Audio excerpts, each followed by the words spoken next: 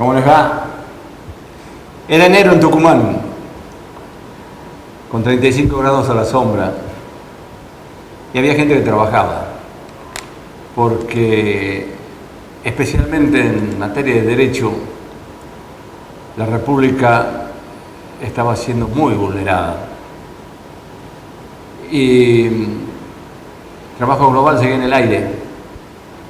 Invitaba, como siempre, al doctor Morales para hablar de qué pasaba. ¿Se le puede rebajar los sueldos a la gente como si nada? ¿Se le puede quitar los remedios? Y la justicia de Tucumán. Bueno, era enero en Tucumán y seguíamos trabajando para que usted se informe, para que usted no vuelva a cometer ese tremendo error que cometió, y a ver si en octubre de este año comienza desde ya a pensar que en esa fecha puede revertir todo, o por lo menos la mayor parte de las cosas que este gobierno no tiene que hacer. ¿Cómo le va, doctor? ¿Cómo está? Buenas noches, bienvenido.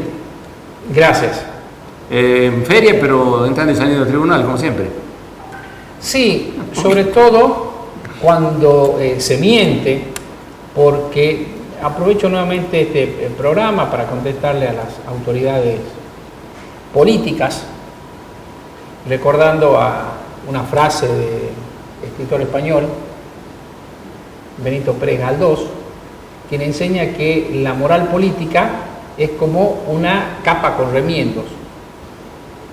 No se puede saber cuál es el paño primitivo, porque de manera grosera se mintió a la sociedad tucumana que la cárcel de Benjamín Paz tiene todas las comodidades para albergar una vasta población de presos.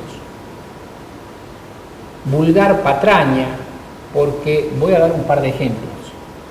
En una celda que solo puede contener a 4 internos, hay 6. O sea, comienza una sobrepoblación carcelaria. Y es en el comienzo, porque hace cuánto que la... Flamante papelón de las autoridades políticas y judiciales.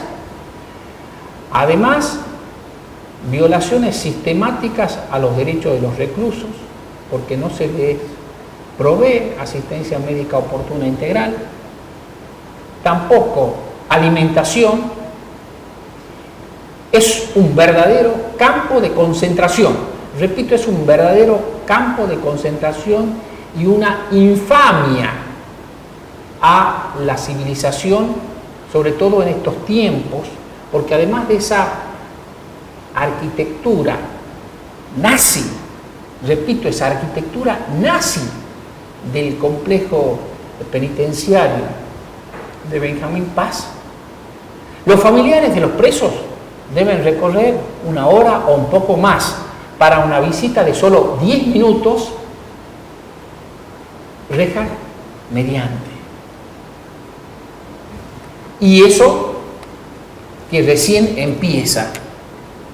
Hay numerosos habeas corpus que se han interpuesto. En algunos casos incluso se ha acreditado la golpiza de los agentes penitenciarios a los internos, de modo tal que la realidad desmiente rápidamente la liviandad con la que estos políticos malos, repito, hacen lo que se denomina demagogia punitivista.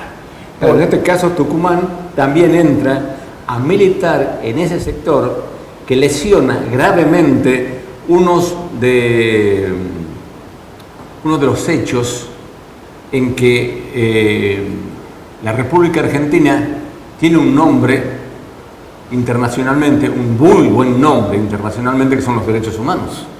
Sí, y ya lo dijimos en este programa, esta provincia, desde el advenimiento de un nuevo mandatario no es peronista, es liberticida, absolutamente mileísta. Y eso significa ni más ni menos que un retroceso hasta la abolición de derechos humanos fundamentales, Sí. porque hay que prestar atención a lo que está haciendo a nivel nacional Milei en cuanto a la militarización de la sociedad y a una detracción en materia de política, de memoria, verdad y justicia. Sí, se lesiona el prestigio de la República Argentina, que bueno, fue uno de los primeros que llevó juntas a juzgarlas como las juzgó, a penalizarlas como las penalizó. Y bueno, todo eso está en contra ahora con ese discurso negacionista, ¿no? En noviembre del año pasado sacaron de la Corte de la Nación, por eso le pidieron explicaciones al presidente Horacio Rosati, del salón donde se juzgaron a las juntas militares y que Hay una placa ahí. eso, la sacaron, a las dos placas la sacaron, y eso forma parte de esta política negacionista de derechos humanos. Claro, esa no es la forma de equilibrar, ¿no? No, y el desmantelamiento, por ejemplo, del Centro Cultural Arondo Conti, de la ESMA, Escuela Mecánica de la Armada, un centro, no era clandestino, estaba a la vista de todo el mundo, ¿sí? De secuestro, tortura y desaparición, donde pretenden ahora instalar el Ministerio de Justicia, que está a cargo de Mariano Junio Libarona, y el secretario, también muy cuestionado, es Alberto Baños. Entonces, cuidado con las miradas rápidas, y hay que prestar mucha atención a los movimientos de desmantelamiento de estos, la escuelita de Famayá también, para mencionar otro ejemplo, de todos estos centros que significan la recuperación de la memoria por los deleznables hechos acaecidos fundamentalmente en los años 70 en nuestro país, por haber asolado la dictadura cívico-militar eclesial toda la región. Doctor, lo que decía al comienzo, ¿se puede juzgar así de esa manera? Yo soy un funcionario, hoy gano 1000, viene el gobierno y me dice, no, usted gana mucho, va a ganar 200 a partir de ahora. ¿Se puede jugar así? ¿Entra allí a gravitar la figura de los derechos adquiridos o no? ¿Qué es lo que está pasando? Porque este tipo se agarra con todo el mundo, pone leyes, saca decretos, hace cualquier cosa y... Bandos militares, más que decretos, ¿sí? Ya lo analizamos también en este programa. Sí, la sociedad no reacciona, ¿no? Claro, está sorprendida todavía. Enseña William Shakespeare que no hay mayor oscuridad que la ignorancia. Desde el punto de vista intelectual, Milei es un ignorante. Total. Pero además de esa ignorancia, hay un profundo espíritu autoritario, ¿sí? Que lo aprendió muy bien de la escuela austríaca. Los maestros de Milei, a viva voz, enseñaban que no le importaba si el gobierno era democrático o autocrático, civil o militar, siempre y cuando impongan el capitalismo, o sea, a sangre y fuego, porque no hay otra forma de instalar el capitalismo. Por eso se da de bruces con la democracia, que necesariamente tiene contenido social. Ahora, esto significa otra básica violación a la Constitución Nacional. Es más, escuché hace un par de días al presidente con total liviandad arguir que antes de terminar su mandato va a dolarizar la economía, cuando está fundamentalmente la Constitución Nacional como un ineludible valladar para ello. Y lo que acaba de preguntar justamente es otra elemental transgresión a la Constitución Nacional. Claro, esta democracia que estamos viviendo, imperfecta, que tenemos que terminar de construir, aunque creo que no se termina nunca, siempre hay un derecho para establecer, nació con un partido que ganó las elecciones, su candidato recitando el preámbulo, y allí se aferró la sociedad argentina con uñas y dientes como el último recurso que veía que tenía, porque ¿cómo van a entrar a las 5 de la mañana, a las 3 de la mañana, cualquier hora? Winston Churchill decía, democracia es un gobierno donde el que te golpea las puertas a las 5 de la mañana es el lechero, no es las fuerzas del orden. Y entonces la Constitución, claro, ahí encontraban, o creía que podían encontrar el refugio a tanta maldad, a tanto autoritarismo, a tanto abuso. Y fuimos, pero me parece que nos estamos olvidando de todo eso, pues dicen que cada 10 años las sociedades volvieran, y cada 15 se olvidan mucho más, y 20, será, no sé. Pero recordemos que cuando nació, la sociedad se aferró a los principios constitucionales porque quería sacarse de encima esa dictadura genocida que había metido de luto al país. Por eso quienes tienen mi edad, que venimos a reemplazar a prácticamente 2 generaciones masacradas, tenemos la responsabilidad moral de luchar para que esa memoria no sea tergiversada y mucho menos pisoteada. Ni vaciada, ¿no? Por eso también lo analizamos en otro programa. Esa responsabilidad nos lleva a una lucha cotidiana por el respeto irrestricto a los derechos humanos fundamentales, empezando por la libertad de expresión, de pensamiento y de opinión, aunque ellos muchas veces nos cueste la censura e incluso la libertad. En Canadá. Sí. Entonces, doctor, yo sé que no le gusta hablar de lo suyo, no le gusta hablar de eso, pero uno averigua, uno pregunta, uno escucha. Esa noche que a usted lo meten preso, parecía que había gente con intenciones un poco más fuertes, para decirlo de alguna manera. Parece que querían algo más que ¿no? Porque, bueno, claro, las verdades molestan.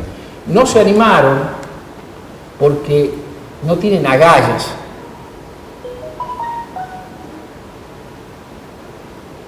Sobraban las intenciones. Ganas no le faltaban. Pero ¿quién asume esa responsabilidad? Claro. Y no se puede esperar menos de gobernantes inmorales. Y esto viene a raíz de la primera pregunta, ¿qué es lo que espera la sociedad tucumana de sus autoridades? 3 leyes. La primera, la ley de acceso a la información pública. Es decir, seguimos esperando eso, que cualquier ciudadano pueda acceder, por ejemplo, al conocimiento de ¿Cuántas personas trabajan en la legislatura? Y si son de plantas permanentes, bloques políticos o bloques temporarios. ¿Y cuánto ganan? No puede ser un secreto lo que ganan. Lo Me es. mandaron la información, la tengo que chequear, no sé. 50 millones de pesos cobraría Menem, el presidente de la Cámara de Diputados. Es una locura, pero ahí están. Y están otros más, ¿no? Y Menem Otra también. ley. Otros Menem más. Sí. Otra ley es que obliga a los funcionarios a presentar sus declaraciones juradas. Claro. ¿Y sabe por qué no la hacen? Porque, por ejemplo, voy a dar un dato, un ejemplo muy tangible. En el año 2002, el 20 de febrero de 2002, se inicia una causa. Vargas Aynas Jerónimo y otros sobre exacciones ilegales. Expediente 1253/2002, el hijo del genocida, Antonio Domingo Bussi, Ricardo Argentino Bussi, denuncia que habrían sobornado a una cantidad importante de legisladores para que se reforme la Constitución. Allí presentan sus declaraciones juradas. 2002. La más alta autoridad de la provincia, hoy, en ese momento, 2002, ¿sabe qué es lo único que tenía? Una camioneta Mitsubishi modelo 2002. Hoy, por ejemplo, en la provincia de Tucumán tiene 30 inmuebles, 26 departamentos en el microcentro y 4 fincas de grandes dimensiones. Repito, 26 departamentos en el microcentro y 4 fincas, solo en San Miguel de Tucumán. Pero también tiene como contrapartida pobres de solemnidad, como un representante del Ministerio Público Fiscal que no tiene absolutamente nada. ¿Y sabe por qué? Porque utiliza la figura jurídica del fideicomiso. Entonces, ni él ni sus familiares tienen inmuebles, ni inmuebles registrables. ¿Por qué? Porque todo eso lo absorbe esta figura jurídica que se denomina fideicomiso. Le damos respiro, doctor, a los televidentes porque es enero. Ya hace mucho calor. Ya volvemos. ¿Qué tal? ¿Cómo les va? Muy buenas noches. Sigue siendo enero en Tucumán y seguimos trabajando. Y seguimos con el doctor Morales. Vino hoy a hablarnos, bueno, un poquito, creo que se olvidó algo. Dejó algo en el tintero el programa pasado. Bueno, él me va a decir qué es lo que falta. Y ya vemos qué otros temas tratamos. Venga, doctor, como dicen en español, que se venga. Además, aumenta la temperatura, ¿no? Los textos jurídicos muchas veces ponen entre paréntesis omisis. Sí, había mencionado en el programa anterior que descreía no solo de la sanción, sino del debate de 3 leyes. La que me faltó es la ley de juicio por jurado. Parezco monotemático, pero no es una cuestión menor. Por enésima vez, repito, a la sociedad tucumana, desde noviembre del año 2016, en 2 disposiciones del Código Procesal Penal de Tucumán, se establece el juicio por jurado. En el artículo 3, numeral 1, incluso el legislador prevé una distinción entre el juez técnico, durante la investigación penal preparatoria, del jurado, que son 12 ciudadanos que en un debate oral y público deciden sobre la culpabilidad o no culpabilidad de un ciudadano. Y el artículo 12, que es contundente porque exige la culminación de todo juicio penal con un jurado, es decir, participación ciudadana. El mismo título del artículo 12 del Código Procesal Penal de Tucumán establece, ¿sí?, bajo el acápite participación ciudadana, esta exigencia. O sea, un juicio oral, público, continuo, contradictorio y por jurado. Porque el juicio por jurado es el verdadero juicio, o sea, un juicio penal para la democracia. Doctor, ¿y usted qué opina, jurídicamente hablando, por supuesto, de lo de México, donde ya los jueces los vaya a elegir la gente? Ahí discrepo, porque soy partidario más bien del sistema anglosajón. Esto es, que el pueblo vote y elija a los representantes del Ministerio Público Fiscal, porque no solo representa a la víctima, sino también a la sociedad y a los jefes policiales. Para ello habría que reformar la Constitución Nacional y se además impone también un aspecto cultural que todavía no lo tenemos. Porque no es necesario elegir a los jueces. Y vuelvo al sistema anglosajón, que únicamente se observan con atención los juicios penales, pero también los juicios civiles. Y voy a citar un ejemplo. En el sistema anglosajón, en Estados Unidos, por ejemplo, también lo integran jurados. Y fíjese usted la praxis cultural de la sociedad norteamericana, porque a ese famoso deportista, O.J. Simpson, acusado del homicidio de su esposa y del amante de su esposa, en un jurado, en el marco del juicio penal, fue declarado no culpable, aunque se probaron irregularidades en la obtención de las pruebas. Pero otro jurado, en un juicio civil, lo declaró a Simpson culpable. Entonces, no es necesario elegir a los jueces. A los fiscales sí, porque representan a la sociedad.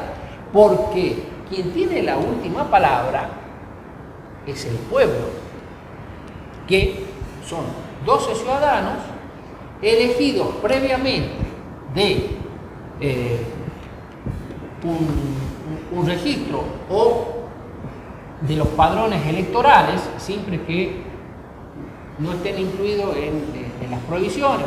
No deben ser abogados, escribanos, procuradores, no deben estar inhabilitados judicialmente. Desde mi punto de vista no es necesario, esto es lo que genera mucha polémica, que sepan leer y escribir, ¿sí? Sabe la cantidad de políticos que son elegidos por personas analfabetas en nuestro país, por ejemplo, o que tienen una educación formal, es decir, tienen primer grado pero no saben leer ni escribir, o apenas analfabetos funcionales. Sí, entonces se eligen 48. ¿Sí? 48 desde mi punto de vista. También esto ha generado en algunos ámbitos académicos discusión, porque de esos 48, 16 desde mi punto de vista se deben percibir como varones, 16 mujeres y los otros 16 pertenecientes al colectivo LGTBQI.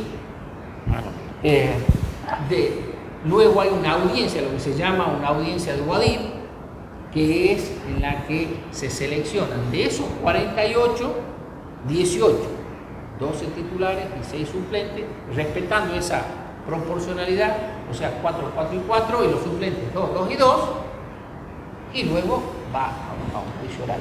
Y es tan importante el jurado porque es la voz del pueblo. Siempre recomiendo una película que se llama El exorcismo de Emily Rose, que está basado en un caso real, de Alemania, El cura, creo que que es va un sacerdote, el que va ¿sí? Nada juicio. más que en Alemania fueron condenados por homicidio culposo, ¿sí? El sacerdote y los padres de esta chica en el marco de un exorcismo, pero en la película es únicamente el cura el que lo llevan a un juicio oral, lo defiende una atea, el fiscal ultracatólico, es decir, un catolicismo ultramontano, que por supuesto sostuvo la acusación y el pedido de condena, y el jurado lo declaró culpable, pero por homicidio culposo. Pero ¿cómo termina la película? Se levanta la persona que preside el jurado y al juez técnico le pide la palabra para recomendarle que el sacerdote no vaya a la cárcel por el tiempo que ya había sido privado de la libertad. Se quiere oponer el fiscal y el juez técnico le dice: silencio, está hablando el jurado. Y eso significa que es la voz del pueblo. Y el juez escucha la voz del jurado, que es la voz del pueblo, y si bien lo condena por homicidio culposo, Al lugar. también, ¿sí?, escucha la segunda parte de lo que sostiene el jurado y lo deja en libertad. Y eso es confianza en las instituciones. En este país, sí, los partidos políticos, sin distinción de bandería, pagan para que lo voten, entonces no se confía en el pueblo. Si no se confía en el pueblo, en definitiva, se desconfía de la democracia. Y eso abre puertas y ventanas para fáciles soluciones aventureras, y ello explica, entre otras causas, la irrupción y el triunfo de Milei en estos tiempos. ¿Y por casa cómo andamos? ¿Qué pasó esta última semana en Tucumán? ¿Qué hubo? La verdad que una vez más la realidad carcelaria no importa. Cada vez los presos están más inseguros en Urquiza, disfrazan los homicidios como suicidios o muertes dudosas. Somos noticia nacional por eso, ¿no? Somos noticia nacional. Desde mediados del año 2024, la Corte Suprema de Justicia de la Nación observa con mucho detenimiento, a la vez que existe preocupación por las situaciones de esta provincia y especialmente los deleznables fallos del cada vez menos alto tribunal doméstico. A nosotros nos llevaron una vez a visitar las cárceles como periodista, con muchos medios. Bueno, ellos de lo único que nos pedían, de qué se iban a quejar, después quedan encerrados ahí, sale la queja y ya sabes cómo te va. Pero lo único que nos decían es que pedían que se les apresure las causas, nada más, que se les dé curso a las causas, porque había causas que estaban dormidas ahí, que no sabían qué pasaban con sus causas, y eso, claro, para una persona que está encerrada debe ser tremendo. Pero ahora ya no sé. Hoy no se da esa demora porque es muy ágil el nuevo Código Procesal Penal, pero siempre son los mismos, los sectores desaventajados, los que van a la cárcel. Y tengo una reflexión para las autoridades políticas y sobre todo para el jefe de policía, ¿sí?, que se creen impolutos y cada vez que hablan de los presos lo hacen para denigrarlo y cuestionar a su familia. Creo que Borges alguna vez escribe: la pureza es una virtud celestial que cada vez baja la tierra.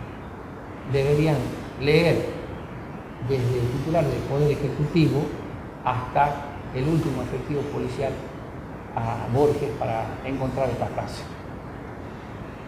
¿Algo más? Por ahora, Lo dejamos ahí. como decía Harnestadt. Lo dejamos ahí. Ya seguimos, ya volvemos.